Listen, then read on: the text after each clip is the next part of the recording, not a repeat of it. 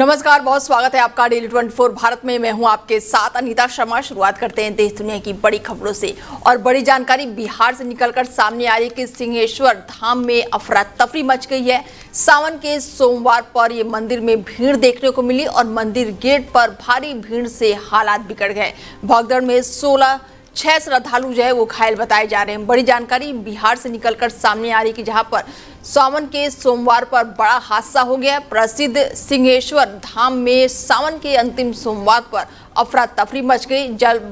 जलाभिषेक के लिए पहुंचे श्रद्धालुओं की भारी भीड़ अचानक से ही बेकाबू हो गई। जानकारी के मुताबिक सुबह करीब 6:25 पर 7 बजे के बीच मंदिर के मुख्य प्रवेश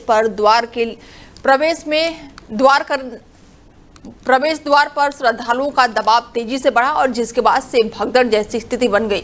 भीड़ के धक्का मुक्की में कई श्रद्धालु जमीन पर गिर पड़े और कुछ लोग एक दूसरे के ऊपर चढ़ गए और इस दौरान महिलाओं समेत कई श्रद्धालु भीड़ में फंस गए। इसके बाद से मौके पर अफरा तफरी मच गई। हालांकि मंदिर परिसर में पहले से ही पुलिस और प्रशासन की टीम मुस्तैद थी, जिन्होंने तत्काल मोर्चा संभाला और भीड़ को नियंत्रित किया। विभिन्न सामाजिक संगठनों के कार्यकर्ताओं ने भी राहत और बचाव कार्य में सहयोग किया और श्रद्धालुओं को सुरक्षित बाहर निकाला। घटना में करीब आधा दर्जन लोगों के घायल होने की सूचना है। घायलों में 4 महिलाएं और 2 पुरुष शामिल बताए जा रहे हैं, जिन्हें इलाज के लिए माधोपुर मेडिकल कॉलेज अस्पताल में भर्ती कराया गया है। प्रशासन का कहना है कि सभी घायलों का इलाज जारी है और उनकी हालत स्थिर है। घटना के बाद से मंदिर परिसर में सुरक्षा व्यवस्था और भी ज्यादा अब कड़ी कर दी गई है, जबकि श्रद्धालुओं की पूजा अर्चना और सामान्य रूप से जारी है। ऐसे में सावन के सोमवार के आज लास्ट है और ऐसे में आखिरी सोमवार को भगदड़ मच गई है, जिसके बाद से पुलिस ने मोर्चा संभालते हुए सभी घायलों को अस्पताल में भर्ती कराया है। वहीं अस्पताल में भीषण आग लगने का मामला जो है वो सामने आया है। अमरावती के NICU में भीषण आग लग गई है और हादसे में 3 नवजात की जान चली गई है और कई बच्चे जो हैं वो घायल भी बताए जा रहे हैं। ऐसे में बच्चों का इलाज जो है वो जारी है और डॉक्टरों ने रेस्क्यू ऑपरेशन चलाया। महाराष्ट्र से ये खबर है, जहाँ पर अमरावती जिला अस्पताल में एक दर्दनाक खबर जो है वो निकलकर सामने आई है, जहाँ पर अस्पताल के नियोनेटल इंटेंसिव केयर यूनिट यानी कि NICU में सोमवार सुबह करीब 3:30 बजे आग लग गई और इस हादसे में 3 नवजात बच्चों की जान चली गई है, जबकि कई अन्य बच्चे सुरक्षित बाहर भी निकाले गए हैं और दूसरे अस्पताल में शिफ्ट किए गए हैं। शुरुआती जानकारी के मुताबिक अस्पताल के 3रे मंजिल पर मौजूदा वेंटिलेटर में धमाका होने के बाद से ये भीषण आग लगी है, जिसके चलते पूरे वार्ड में धुआं फैल गया। उस समय NICU में कुल 29 नवजातों का इलाज चल रहा था और आग लगते ही डॉक्टर, नर्सों और अस्पताल कर्मचारियों ने तुरंत ही रेस्क्यू ऑपरेशन भी शुरू किया और कई बच्चों की जान बचाई गई। 6 नवजातों को इलाज के लिए सुपर स्पेशलिस्ट अस्पताल भेजा गया है। फिलहाल आग लगने के कारणों की जांच की जा रही है। गौरतलब है कि 2 दिन पहले भी मध्य प्रदेश के छिंदवाड़ा जिला अस्पताल में NICU में भी भीषण आग लगने की घटना हुई थी, जिसके बाद से एक नवजात के इलाज के दौरान जान चली गई थी और इस साल देश में कई अस्पतालों में ICU और NICU में आग लगने की घटनाएं लगातार सामने आ चुकी है, जिससे अस्पताल की सुरक्षा व्यवस्था पर गंभीर सवाल खड़े हो रहे हैं। जिल्हा स्त्री सामान्य रुग्णालयामध्ये आग लागून जे आहे ते 3 बालकांचा होरपळून मृत्यू झालेला आहे। तुम्ही या ठिकाणी आलेले आहात, पाहणी करताय, काय त्याच्यामध्ये आज सकाळी 3:15 वाजताचे आसपास आपला जो स्त्री सामान्य रुग्णालय होता त्याच्यामध्ये आग लागली। 9 जे मुले होते जे इलाज घेत होते त्यापैकी 3 मुलांची मृत्यू झाली।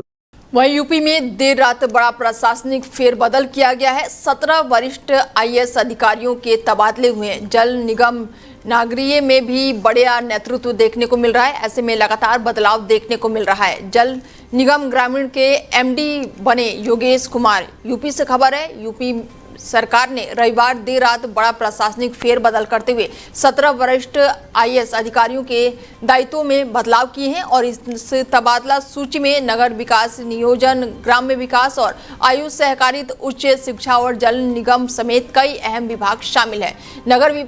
नगर विकास विभाग के सचिव और यूपी जल निगम नागरिक के प्रबंधन रविंद्र कुमार को उनके पदों से अवमुक्त किया गया है और वहीं सुन्नी सेंट्रल वक्फ बोर्ड के मुख्य कार्यपालक अधिकारी मासूम अली को यूपी के जल निगम नागरिक के प्रबंधन निर्देशक और अमृत मिशन के तहत उनके तबादले किए गए हैं। ऐसे में कई पदों की जिम्मेदारियां जो है सौंपी गई है। योगेश कुमार की अगर बात करें तो योगेश कुमार को जल निगम ग्रामीण का प्रबंधन निर्देशक बनाया गया है, जबकि कुमार प्रशांत को सहकारिता विभाग की आयुक्त एवं निबंध नियुक्त किया गया है और उच्च शिक्षा विभाग के सचिव अमृत त्रिपाठी को राजस्व परिषद प्रयागराज में सदस्य न्यायिक बनाया गया है, जबकि ओम प्रकाश राय के विशेष सचिव उच्च शिक्षा विभाग की जिम्मेदारी मिली है। इसके अलावा अमृतपाल कौर को सहकारी चीनी मिल संघ से संयुक्त प्रधान निर्देशक बनाया गया है और इस फेरबदल के साथ ही सरकार ने कई विभागों में नई जिम्मेदारियां तय की है।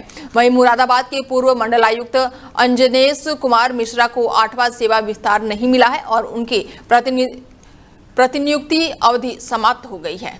वहीं रक्षा मंत्री राजनाथ सिंह ने कहा है कि भारत के पास विशाल कुशल मानव संसाधन और साथ ही मजबूत स्टील उद्योग, बड़ा MSME और साथ ही नेटवर्क और नई तकनीकी को तेजी से अपनाने की क्षमता है, जिसके दम पर देश दुनिया का अगला बड़ा हब बन सकता है। रविवार को कोलकाता में ऑनलाइन माध्यम के जरिए उन्होंने करीब 3,500 करोड़ रुपए की लागत वाली garden reach ship builders and engineer यानी कि GRSE और यंत्र इंडिया लिमिटेड के 5 विस्तार परियोजनाओं की आधारशिला रखी और इस परियोजना में GRSE के रायचक और साथ ही कालाघाट और तमलुक स्थित कई योजनाओं भी शामिल रही और ऐसे में राजनाथ सिंह ने ये बड़ा बयान दिया है। उन्होंने कहा कि सभी योजनाएं मेक इन इंडिया और आत्मनिर्भर भारत के विजन को मजबूत करेगी और देश के रक्षा उत्पादक, उन्नत विनिर्माण और साथ ही कई क्षेत्रों में नई गति देगी।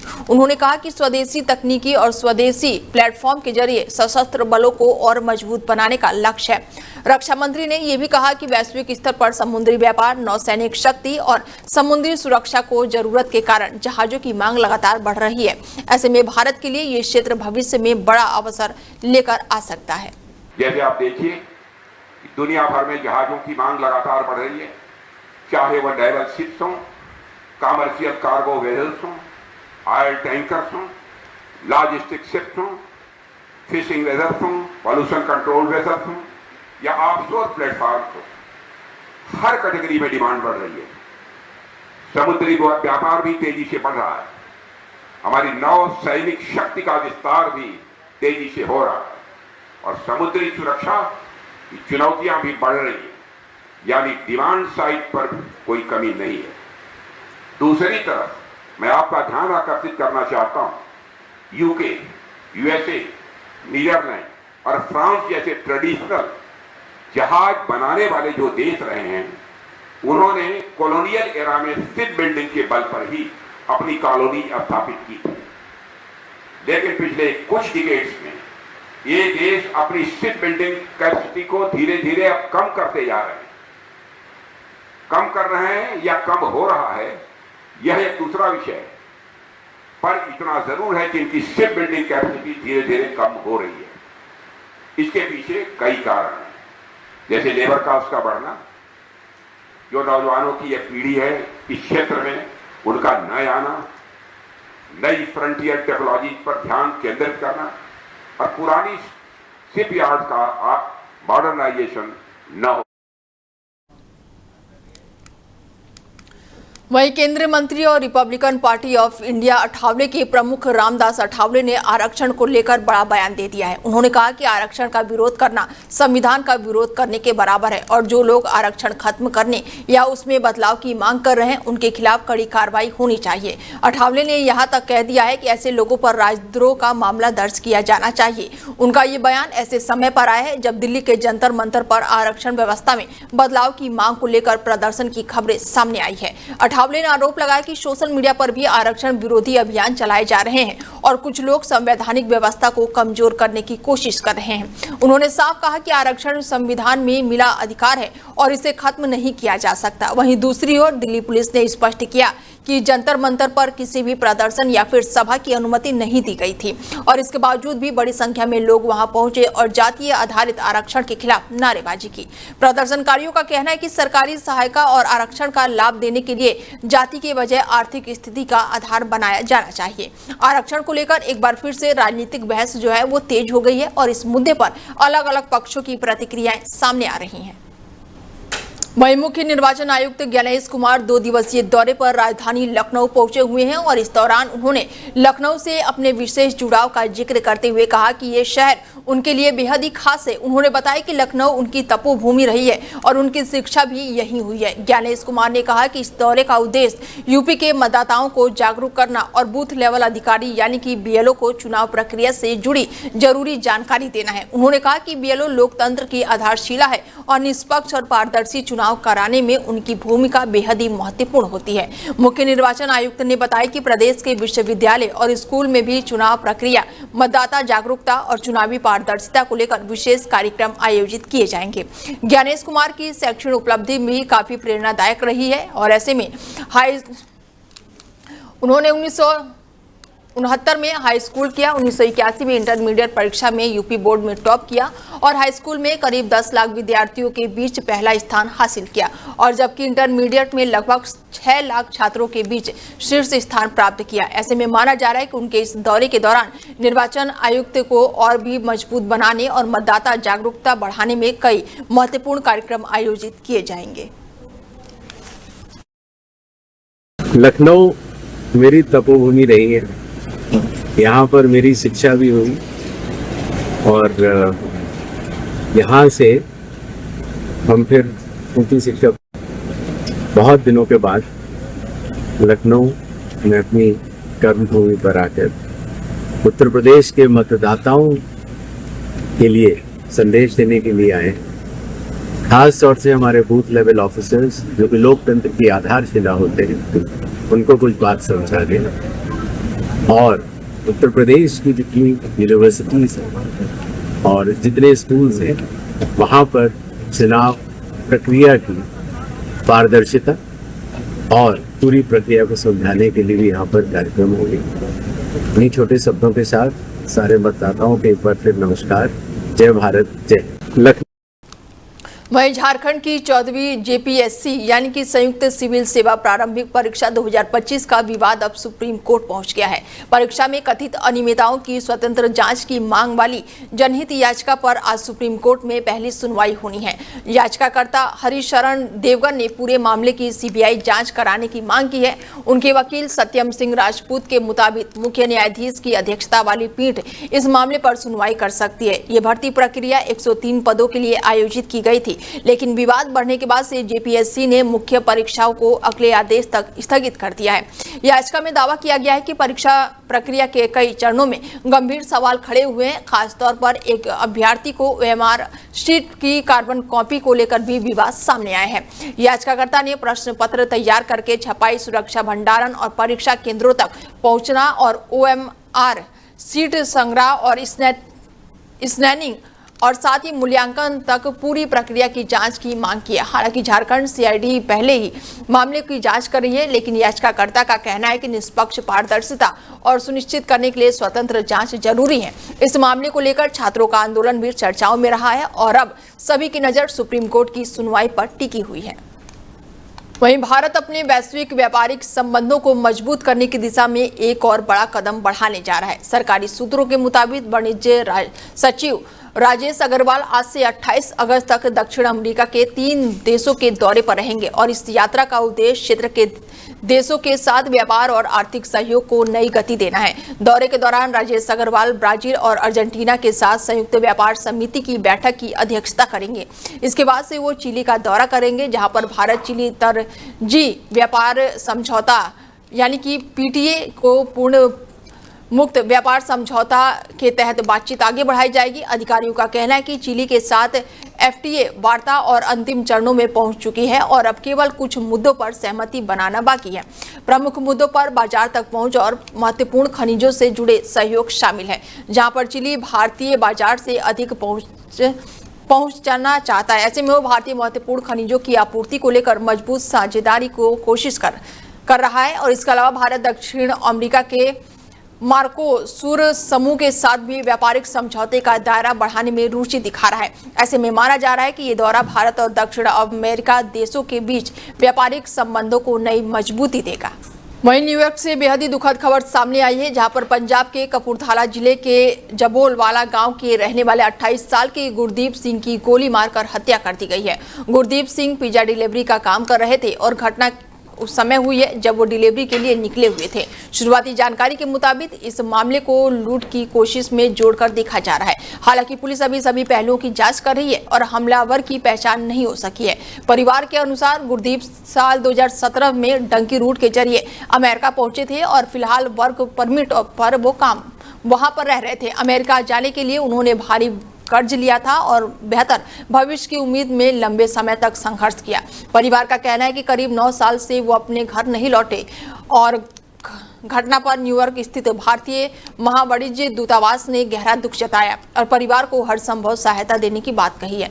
वहीं उत्तर अमेरिकी पंजाबी संगठन नापा ने भी इसे हत्या पर चिंता जताते हुए निष्पक्ष जांच की मांग की है। संगठन का कहना है कि ऐसी घटनाओं को सामान्य नहीं माना जाना चाहिए और दोषियों के खिलाफ सख्त कार्रवाई होनी चाहिए। फिलहाल पुलिस मामले की जाँच में जुटी हुई है। वहीं श्रीलंका के खिलाफ कोलंबो के सिंगलिज स्पोर्ट क्लब में खेले जा रहे दूसरे टेस्ट मैच के पहले दिन भारतीय बल्लेबाजों ने शानदार प्रदर्शन किया। टॉस जीतकर पहले बल्लेबाजी करने उतरी टीम इंडिया के दिन का खेल खत्म होने तक 5 विकेट के नुकसान पर 300 रन बना लिए और इस मुकाबले के साथ ही भारतीय स्टार ऑलराउंडर रविंद्र जडेजा ने एक ऐतिहासिक उपलब्धि भी अपने नाम कर ली। जडेजा वर्ल्ड टेस्ट चैंपियनशिप से इतिहास में 50 टेस्ट मैच खेलने वाले पहले भारतीय और पहले एशियाई खिलाड़ी बन गए हैं। साल 2019 में शुरू हुई इस प्रतियोगिता में जडेजा लगातार भारत के प्रमुख मैच विनर रहे हैं। उन्होंने अपने 50 WTC मैचों में 2675 रन बनाने के साथ ही 160 विकेट भी हासिल किए। WTC के हर चक्र में जडेजा ने बल्ले और गेंद दोनों से अहम योगदान दिए हैं। मौजूदा चक्र में भी उनके नाम 700 से ज्यादा रन और 29 विकेट दर्ज हैं। भारत की से सबसे ज्यादा WTC मैच खेलने वाले की सूची में मोहम्मद रिजान दूसरे स्थान पर है। उन्होंने 47 मुकाबले खेले। वहीं विराट कोहली 46 मैचों के साथ तीसरे नंबर पर है। शुभमन गिल की अगर बात करें और ऋषभ पंत की तो 42 मैच वो खेल चुके हैं। जडेजा की ये उपलब्धि भारतीय क्रिकेट के लिए एक और ऐतिहासिक अध्याय के रूप में दर्ज हो गई है।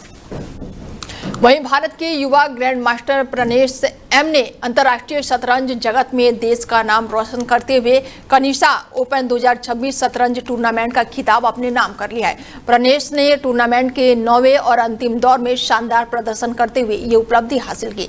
उनकी जीत के बाद से हंगरी में भारतीय दूतावास ने भी उन्हें बधाई दी है। दूतावास ने अपने अधिकारित एक्स हैंडल पर पोस्ट जारी करते हुए कहा कि वैश्विक मंच पर भारतीय प्रतिभा को चमकते देखना बेहद ही गर्व की बात है। भारतीय खिलाड़ियों का शतरंज में लगातार शानदार प्रदर्शन देश के लिए बड़ी उपलब्धि माना जा रहा है। हाल ही के सालों में भारतीय युवा ग्रैंड मास्टर्स ने दुनिया भर की प्रतिष्ठा टूर्नामेंटों में अपनी मजबूत मौजूदगी दर्ज कराई है और प्रनेश एम की ये जीत उस कड़ी का एक अहम अध्याय मानी जा रही है। हंगरी भी भारतीय शतरंज खिलाड़ियों के लिए लगातार सफलता की जमीन बनता जा रहा है, जहां कई भारतीय खिलाड़ी बेहतर प्रदर्शन कर चुके हैं और प्रनेश के इस जीत में भारतीय शतरंज को नई ऊर्जा मिली है और युवा खिलाड़ियों के लिए भी ये बड़ी प्रेरणा साबित हो सकती है। खेल जगत में उनकी इस उपलब्धि को जमकर सराहना की जा रही है। वहीं भारतीय महिला हॉकी टीम का विमेंस हॉकी वर्ल्ड कप 2026 में सेमीफाइनल का सपना टूट चुका है। बता दें कि खेले गए अहम मुकाबले में भारत और ऑस्ट्रेलिया के बीच मैच का ड्रॉ समाप्त होते हुए भारतीय टीम ने पूरे मैच में मजबूत डिफेंस का प्रदर्शन करते हुए ऑस्ट्रेलिया को गोल करने का मौका नहीं दिया, लेकिन खुद मिले सुनहरे अवसरों का फायदा भी नहीं उठा सकी। ऐसे में सेमीफाइनल में पहुंचने के लिए भारत की जीत को जरूरत थी, लेकिन गोल नहीं होने के कारण टीम अंतिम चरण की दौड़ से बाहर हो गई। दोनों टीमों के 2-2 अंक और गोल अंतर समान रहे, लेकिन ऑस्ट्रेलिया ने टूर्नामेंट में भारत से ज्यादा गोल किए थे और जिसके आधार पर उसे सेमीफाइनल का टिकट मिल गया। मैच के बाद से भारतीय कप्तान सलीमा ने निराशा जताते हुए कहा कि टीम जीतने के बाद बेहद ही करीब थी, लेकिन मौके को गोल में नहीं बदल सकी। मुकाबले में भारत को पेनल्टी कॉर्नर और ओपन प्ले में कई अवसर मिले मगर फिनिशिंग की कमी भारी पड़ गई और ऐसे में आखिरी मिनटों में भारत ने अतिरिक्त आउटफील्डिंग खिलाड़ी उतरकर आक्रामक रणनीति भी अपनाई, लेकिन सफलता नहीं मिली। हालांकि सेमीफाइनल की उम्मीद खत्म होने के बावजूद भारतीय टीम का अभियान अभी समाप्त नहीं हुआ है और अब टीम 5वें स्थान के लिए मुकाबला करेगी। वहीं इंग्लैंड और सनराइज हैदराबाद के स्टार तेज गेंदबाज ब्रायडन कार्ड से एक बार फिर से विवादों में घिर गए। पाकिस्तान के खिलाफ 27 अगस्त से लॉर्ड्स में शुरू हुए दूसरे टेस्ट मैच से पहले डर्बी के एक नाइट क्लब के बाहर पुलिस द्वारा उन्हें हथकड़ी लगाए जाने का वीडियो सोशल मीडिया पर वायरल हो रहा है।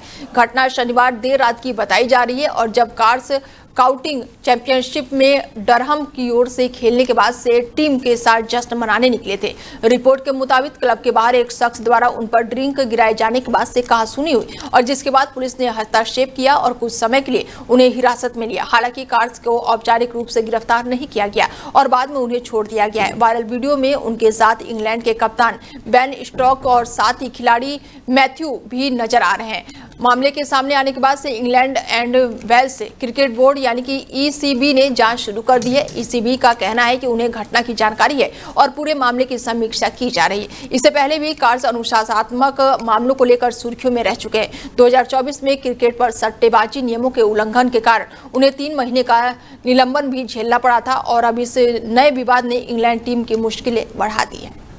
वहीं देश के कई हिस्सों में मानसून एक बार फिर से पूरी ताकत के साथ सक्रिय हो गया है। भारतीय मौसम विभाग यानी कि आईएमडी ने आज छत्तीसगढ़, बिहार, ओडिशा और पूर्वी मध्य प्रदेश के कुछ इलाकों में भारी से बहुत भारी बारिश का ऑरेंज अलर्ट जारी किया है। मौसम विभाग के अनुसार अगले 24 घंटे के दौरान इन राज्यों में तेज बारिश के कारण जलभराव और स्थानीय बाढ़ जैसी स्थिति बन सकती है। वहीं तटीय आंध्र प्रदेश, तटीय कर्नाटक, पूर्व उत्तर प्रदेश और साथ ही केरल, महाराष्ट्र, दक्षिण अतिरिक्त कर्नाटक में भी अगले 2 से 3 दिनों तक भारी बारिश होने के अनुमान है।